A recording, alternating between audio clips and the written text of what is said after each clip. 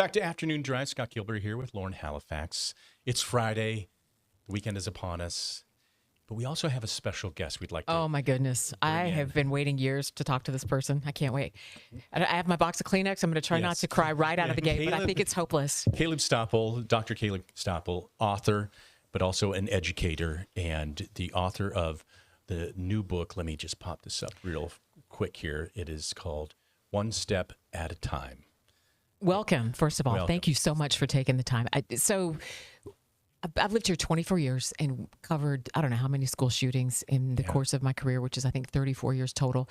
And it's so rare that the educator involved, one, that you survived, that you want to talk about it, and that you've written a book about your experiences just full on. Like you just lay everything out about what you have gone through on the inside, on the outside, the changes you've made personally. Life happens to you sometimes when you least expect it. This is a great example of just a tremendous amount of personal reflection and the courage to just share it with people, because no matter what the situation is, many of us hit a point in life like this where you question everything. Yeah. Did you wake up that morning? By the way, if you didn't live here at the time, March 4th, 2002, a student brought a gun to school. Or 2022, right. And how'd that go about? Just normal day? Yeah, so completely normal day, spring, spring break was upon us. So, the energy that brings to a school and the community. But that morning, we had a student come in and do the right thing, and that she overheard some other students on the bus talking about another student that had been bringing a gun to school. And so she did the right thing by coming and reporting that, bringing that to her trusted counselor. And she did the right thing by bringing it to administration, myself and a couple others. And we immediately started to investigate. We can't take any threat lightly, but especially something like that.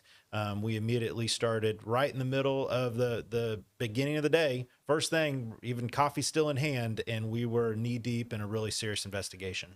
Your role there is, at the time, assistant principal at Olathe East. Yes, correct. And you have a great rapport and relationship with students. In fact, you even had a relationship with the student as well. Yeah, as an assistant principal at a large 6A high school, there were 4 assistant principals and 1 principal. And with about over 2,000 kids at Olathe East at the time, each of us assistant principals were divided into having about 500 students that we would specifically work with academic concerns, parent concerns, or general kind of discipline concerns. And so the particular student that ended up being the one with the gun after we fully investigated happened to be a student that I had a close relationship with. That we worked together through some poor choices he had made throughout the school year. We worked together on his academics, and he was a senior, so we really tried hard to help him find ways to meet the requirements for graduation.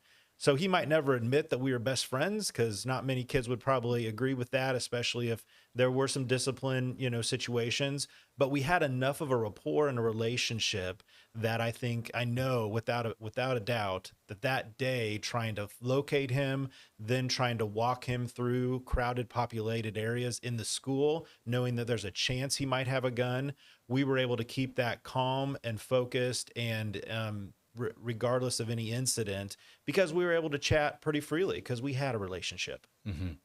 And I don't know if you want to take us through those moments, but it just kind of happened. You get him in the office, and you have a resource officer there, and then it happens. Yeah, so we had brought him in, just the assistant principal and myself, and we're really trying to avoid, pointing the finger right at him and letting him know this is our concern and it's pointing to you, but instead tried to really go pretty casually because we didn't want to have anything that set off the moment, so that if he did indeed have a gun, then we didn't want that to be the point and the tipping point. Because up to the point too, we also respect due process in any type of discipline concerns. And so it's that fine line between having a swift plan of action and some strategy behind it, but always, no matter the circumstances, protecting and respecting that individual, and which means due process. So when we had him in the office, we began asking him some questions, just like, oh, and by the way, while you're here, because I was helping him talk through his academics, a kind of a check-in process. And we said, hey, we've kind of been looking through something, and you're pretty in tune in the building. Have you heard anything like this? Anybody else talking about this in the hallways? A kid bringing a gun to school? And he was pretty calm, and he said no, hadn't heard anything. So we thanked him for helping with that. And then we explained, as part of our, kind of unwritten protocol, that whenever we do investigate something that has some legal ramifications, whether that be drugs, alcohol, weapons, that we always want to make sure that the student in front of us is safe, whether they were just an innocent bystander or a witness. And so that means we usually conduct a search of their belongings, of their person. And normally for kids that are uninvolved, they get it, and it's pretty quick and simple. But when we approached this student and told him about this and said, hey, we just want to make sure you're safe. You don't have anything on you that you're not supposed to have, right? And he said no. He said, okay, well, we're just going to search you real quick, and then we'll have you back on your way to class. There's a school resource officer there with you when this was happening? Not yet. So Not yet? This Okay. was the time where we were just still trying to be casual and just go through, because again, still trying to respect due process, but as soon as he said, nah, man, you're not going to search me. And he said, I just want to go home. It was at that moment, sitting at the table, that underneath the table discreetly, I text the school resource officer, who had already had a heads up. He and the school principal knew that we were handling this. We were looking into this, but I texted him. I said, get in my office now. And seconds later, he comes into the office, closes the door behind him, doesn't say anything, just stands there. And that's, again, where I try and plead with the student, hey, come on, man. Like, let's just take care of this. I don't want to involve, law enforcement, but let's just take care of this. And he didn't really say anything. But that's when he stood up, and kind of like many educators and maybe even parents, when you feel some tension in the air or you feel something about to happen, you kind of close that proximity. And that's what happened to me. I got up as well, not sure what was happening. But that's when the student took his backpack, which was on his back, and he just kind of casually moved it to his front, put the straps back on, which I wasn't so worried about. I've had some students in my office that would do that to try and hug their bag so that, no, you're not going to search because there was a vape or something else in there they shouldn't have had. So that didn't alarm me as much. But as soon as he casually just dipped his hand into the bag and quickly pulled out the handgun, that's when everything kind of blurs. And between the loud gunshots in a small office, and that's the part, honestly, between that moment and then ending up on top of the student, forcing myself onto him, my hand clutching his hand that was clutching the gun. I can't remember how we fell, how I took him down, what I did. I know that I had a torn rotator cuff after that fall. My back was injured and bruised up. And so whatever happened resulted in me taking him down onto the ground and really fighting for survival, but really fighting to protect others in the office. As after that had happened, those loud bangs of gunshots were actually ones coming from the student, one's coming from the school resource officer. And at that point, when I was able to come back up and kind of survey the scene, I was able to see that the school resource officer was injured. The student was in pain and he was vomiting. And that's when I saw that he had blood on his chest and on his abdomen. So I realized he had been shot. And it was that time too that I looked down at myself and I noticed I had a very small hole in the hip of my dress pants. And it took a while for that to kind of make sense. And eventually I said, oh my gosh, I've been shot. And so it was pretty surreal how that happened so quickly in a matter of about 30 seconds. You notice your rotator cuff injury, your back injury, and then it occurs to you after two other people have been shot that you've been shot. Yes. Yeah. Right. Wow. Yeah. It just is. And I can't imagine how many times you've relived this in your mind, and it still blurs like that. Mm-hmm. Yeah. And, through therapy and through doing some of my own learning with trauma and how PTS affects, there is such a real connection between our emotional and our psychological, our brain, Right. and our physical body. And there's things that I've learned that the mind will do to help protect you and protect your body. And I've been told, and I believe that this is one of those. I may never remember those 5 seconds from when the gun came out to when I was on the ground trying to disarm the student. And I just have to be okay with that, and okay with, the fact my mind might be protecting me. But also forever, I'll always wonder, exactly what did happen, because the other very, unique and ironic part of this was that one of the bullets that struck the school resource officer struck him center mass where his body camera was housed. And so there was no body cam footage because that one bullet completely destroyed the body cam. And so as we talk about the legal investigation that moved forward, and we talk about what evidence there might have been, there was no video. There were no cameras, security cameras in my office. We have plenty of security cameras in the building, but no cameras in my office. And without that body camera footage, we really just had the statements and eyewitness, reports from the four of us in that office. And at the same time, we talk about what children have to go through these days as they train for a potential shooter. And I imagine you had some training, and how much did that training help you? It sounds like you handled it as best as you could. Yeah, it's interesting that you asked that, because I do think in schools, we do the right thing by being prepared as well as we can on a school-wide basis. So we talk about fire drills, so everyone knows how to exit the building safely if that were to happen. Tornadoes. We talk about tornadoes. Yeah. We talk about active shooter drills and scenarios.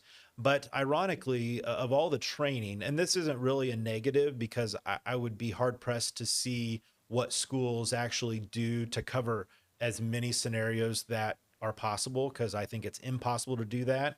We never really talked about, okay, what happens if a kid comes into your office and he all of a sudden takes out a gun and starts firing?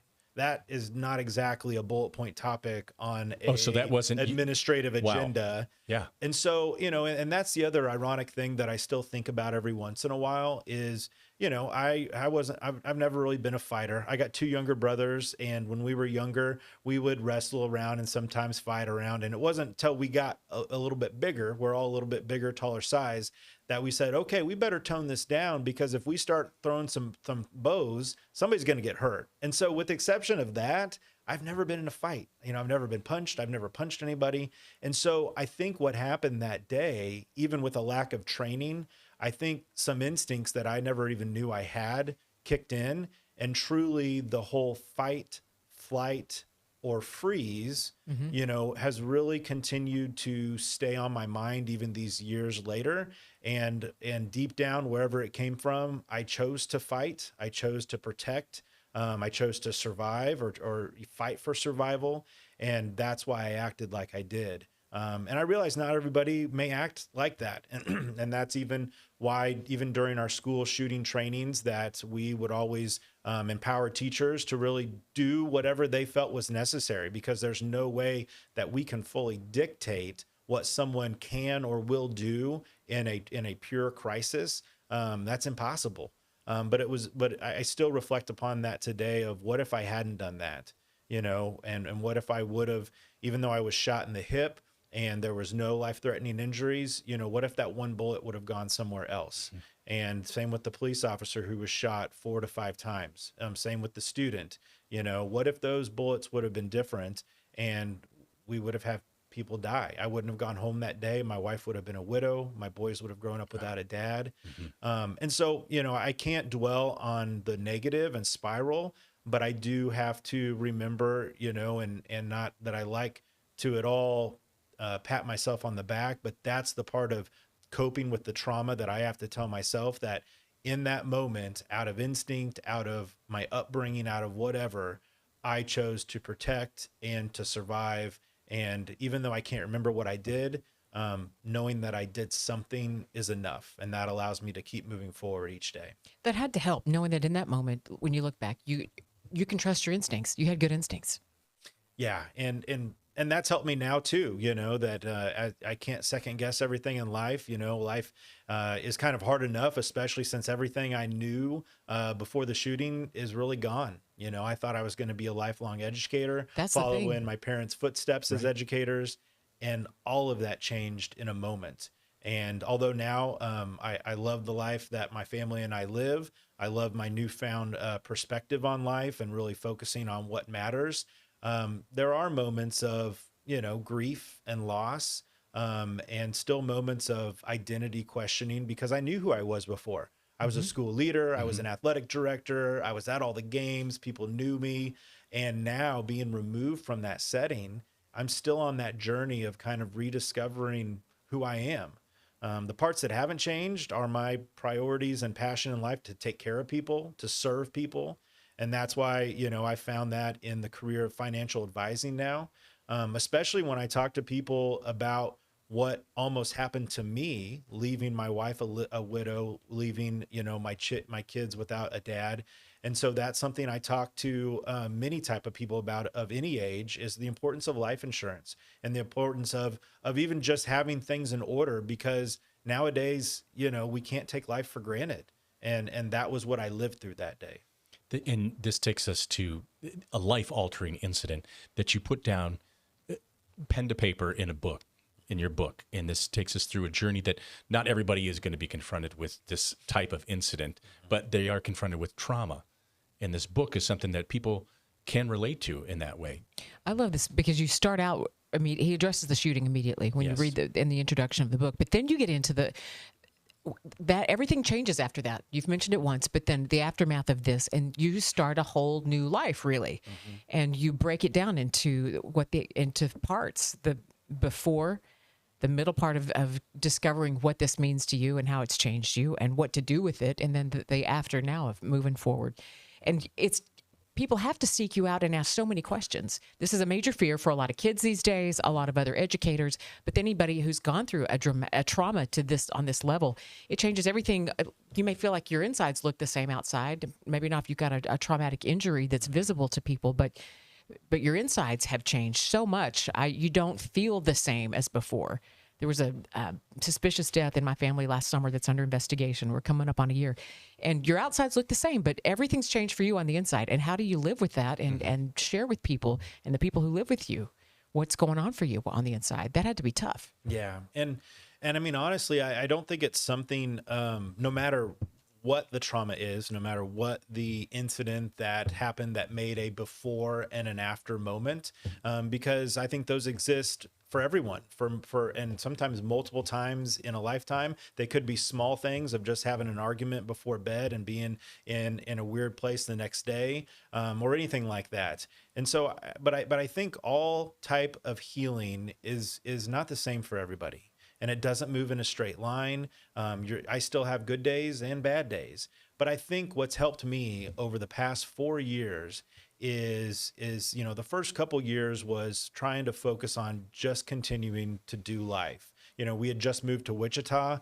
Ironically, before the shooting, as a family, we decided we might want a different pace. I was definitely burning the candle at both ends, and I was burning out. And it wasn't until right up to the shooting that we realized that really maybe wasn't the life we wanted to live. That's not how I wanted to raise my kids. That's not how I wanted to be the husband that I knew I could be. And so when we moved, that felt like a fresh start, but that didn't take away all of the trauma and the pain that I was still going through and my family was going through. And so I think over time we've learned that, healing takes a lot of different forms. And what I have really embraced, as well as professional help, whether that be, journaling along with therapy, to try and make sense of some of these emotions and some of these physical feelings that I was feeling. But also simply trying to stay focused on what I discovered was important for me, making sure that I'm focused on what matters most. And that's a pretty short list. It's my family. It's being the best husband I can be. It's being the best dad I can be. And it's also taking care of myself. And that wasn't exactly true before, when I was giving my all to my profession. And I thought by working harder, by grinding, by serving others the best I could, that made me a good provider for my family. But at the end of the day, that math wasn't computing, because I was coming home so late and I was getting to school so early that I wouldn't see my kids some weeks for 2 or 3 days at a time, because they were always sleeping when I was home. Now, how old were your two boys when this happened? So when this happened, I believe they were 3 and 5. Oh my goodness, really young. Wow. Young kids. Your wife, Allison, you talk about what a strength she's been for you. Yes, 100%. And she's still an educator right now. And, so we still live in that space. And sometimes those conversations are hard, because education is still a little triggering for me. But I know that it's important that I support her and that I be a good listener to her. And we still make that work. And likewise, education's still really important to me. I still trust and really admire Olathe Public Schools, where my kids go. In fact, one of the reasons we moved back from Wichita was because my kids missed their friends in elementary school. And we loved that elementary school. And so the Olathe, the schools, wanting my kids, wanting all of us to be happy, we said, hey, we're not going to wait this out for 3 or 4 years and make it work. We need to move back. You also talked about healing. It just doesn't happen. It's not automatic, but you can't be alone and isolate yourself, because that definitely is not where it's going to happen either. Yeah. Yeah. I mean, I think the hardest part of the last couple of schools and education before I left was feeling like I didn't belong. And, I think I had such a good thing at Olathe East that administrative teams were my best friends, the teachers, we all, so when you have a job and you're part of an organization that the people you work with are more than coworkers, that is really, that's really a grateful thing to have, because that doesn't exist everywhere. And so when I joined 2 different organizations before leaving education, that was the biggest piece of struggle that really triggered a lot of continued anxiety and depression. Is I felt it was just hard to belong, and it wasn't anything against those organizations. What made it feel so hard to belong? I think, just being the new person is never easy, no Right. matter what organization you join, whether it's down the street or it's across state or across the country. But in this, I think the trauma really exacerbated all of that and increased those feelings of nervousness and wanting to make sure that you're getting around and you're meeting everyone, especially as a new leader. You want to develop those relationships. And when the culture is different, because cultures are different in all organizations, and when the culture was different than Olathe East, which prided itself on its culture of relationships with adults and with students, that really did a lot of harm to me. And had I not gone through trauma, maybe I wouldn't have realized it as much. It wouldn't have been that big a deal. But that just sent my anxiety and depression into all new levels, and that's where I hit rock bottom. And eventually, at my last stop in a school district here in Kansas City, I had to make the hard decision to leave mid-year, and full well knowing that was going to be difficult for the organization, the school district, how they were going to have to find a replacement. But I had to kind of think selfishly and know that I was at rock bottom. And if I try to push anymore, I fear for what could have happened. And so I made the decision to leave with no job in hand. So we talk about all the planning and perfectionism that I had in my previous career and growing up. And I had to just send it all out to the window and have as much faith as I could to know that we'll land. I'll do whatever I can. I kind of joke, even though my wife still gives me a scowl when I say this, but I said, hey, if all else fails, I love coffee. And when I go to coffee shops, especially Starbucks, they're always so happy there that I said, hey, maybe I'll apply at Starbucks and hopefully they'll have me there. And I think she realized I was more serious than she thought I was. But I needed to find something after that I had not planned for, that I could still care for people, but also I could pay attention to myself and my family like I should have been. And that's why the financial advising career has been tremendous. I get to help people through my work. I get to take my kids to school every day. I mean, how amazing is that? And I had never done that, And so I'm really fortunate for where I'm at. But I mean, literally day to day, I'm still trying to ebb and flow through trauma and still trying to recognize new triggers when they happen. And I just so appreciate the support I have at home because we're still all moving through this together. Healing is sort of a 2 steps forward, a couple steps back, maybe 3 steps forward, 1 back. But what would you say are you must be asked about this situation so often, but people who have gone through this or other things, any kind of a trauma, what are your top 3 tools that you advise others to make use of when it comes to recovering from any kind of trauma? Yeah. Well, I think any type of mental health need that you have, there are so many resources out there that I truly don't think people know what they don't know. Right. And so even here in Kansas City, knowing that we have multiple mental health association organizations like Johnson County Mental Health, but they are on both sides of the state line. They are in all counties, and even the resources that hospital have. I mean, because we think about going to the hospital when we have a physical injury, a broken finger or something like that. But mental health and mental illness is just as much of an injury or an illness as it is when we get sick or we have a physical injury. And so I think number one is you have to reach out. And there's a lot of ways you can reach out. And really, any reaching out is better than no reaching out. There's 988, which is a help hotline that is 24/7. There are organizations where you can walk right in the door and you could say, this is what I'm going through. I need help. Or even just knowing that there are people around you. And all it takes is for the courage to step out, and whether it's a family member, whether it's a friend, or whether it is a professional, and doing the hard thing. I know it's hard. It was hard for me, and saying, hey, I need help. Something's not right.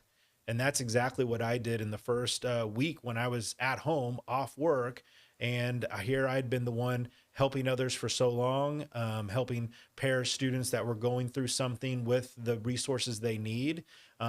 Looking back, I probably should have asked for help with some things I was dealing with instead of going through the sleepless nights and stressing and doing those things I think that a lot of us are used to doing in stressful jobs. But it was in that moment that things were extremely and uniquely different. And I reached out to a friend that worked at Olathe Public Schools and oversaw counselors, and she was a trusted friend. And she immediately called Johnson County Mental Health. And I had one of the top administrators, which still blows me away today, from Johnson County Mental Health that was on my doorstep that evening to come and sit with me and talk with me. They are outstanding. Wow. They are. Johnson County Mental Health is amazing. That is fantastic. And there's so much more research just in our adult life now than we had before. Trauma is an injury to your nervous system. There are actual changes take place in your nervous system that have to be addressed for you to be able to come back from that. So make a start no matter what. And then perseverance matters too. Sometimes it can be difficult to navigate the system. Yeah, 100%. And that's where, there are so many options, and there's not really a rule book to, okay, you're struggling with this, then you need this. There's a lot of different things, and it differs by not only what the person's going through, but what their willingness is to, be able to participate, whether it is therapy, whether it is just coming out and being a part of a group, or also whether it's just yourself and thinking through and getting yourself to a comfortable place that recognizes what's going on, something's not right, and really trying to think inwardly about, okay, be where my feet are. This is not the end. What do I need to do in just this next moment? Really almost getting tunnel vision on it. And that's something that helped me, especially when I experienced panic attacks for the first time. I'd never done that. And I said, oh my gosh, I feel like my whole world is caving in. But I had to stop, and regardless of any training, again, you can't be really trained to how you can experience or how to do this unless you've had maybe some therapy or some resources. But in that moment, I had to stay in that moment. And in fact, some days for me, when I went through a panic attack, it was hard for me to even see the next day. I knew suicide was never an option, even though it was really hard and really dark and lonely, to be able to see through what even the next moment looked like, what was the next step. But that's where, for me, and this is what I would encourage others, is that it just takes a small step. And if that small step is even the most smallest of intentions, and whether that's just literally moving yourself forward and getting to maybe that peaceful place, maybe it's going back to something that you do like. For some, it might be TV, movies. Some, it might be being outside and hearing the birds, hearing nature. For me, it was TV and movies. And so I resulted, and even now today, sometimes when I am at my peak and my tolerance is a little bit different for loud noises, I still have some issues and some triggers from that, then I just have to kind of press the pause button, and I have to be selfish, and I have to take some time for myself. And again, I'm grateful that my wife and my family understands that. And once I can get back, kind of settled down, back to good, then I've gotten through that tough space. And so I think people have to kind of navigate that, but they don't have to navigate it alone. They never have to navigate it alone. And whether it's a professional or whether it is someone in their life, all you have to do is step out and ask for help.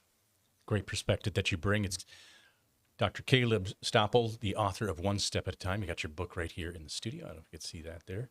One Step at a Time. We're going to carry on the conversation at Fox 4 News at 4, which is coming up after Afternoon Drive.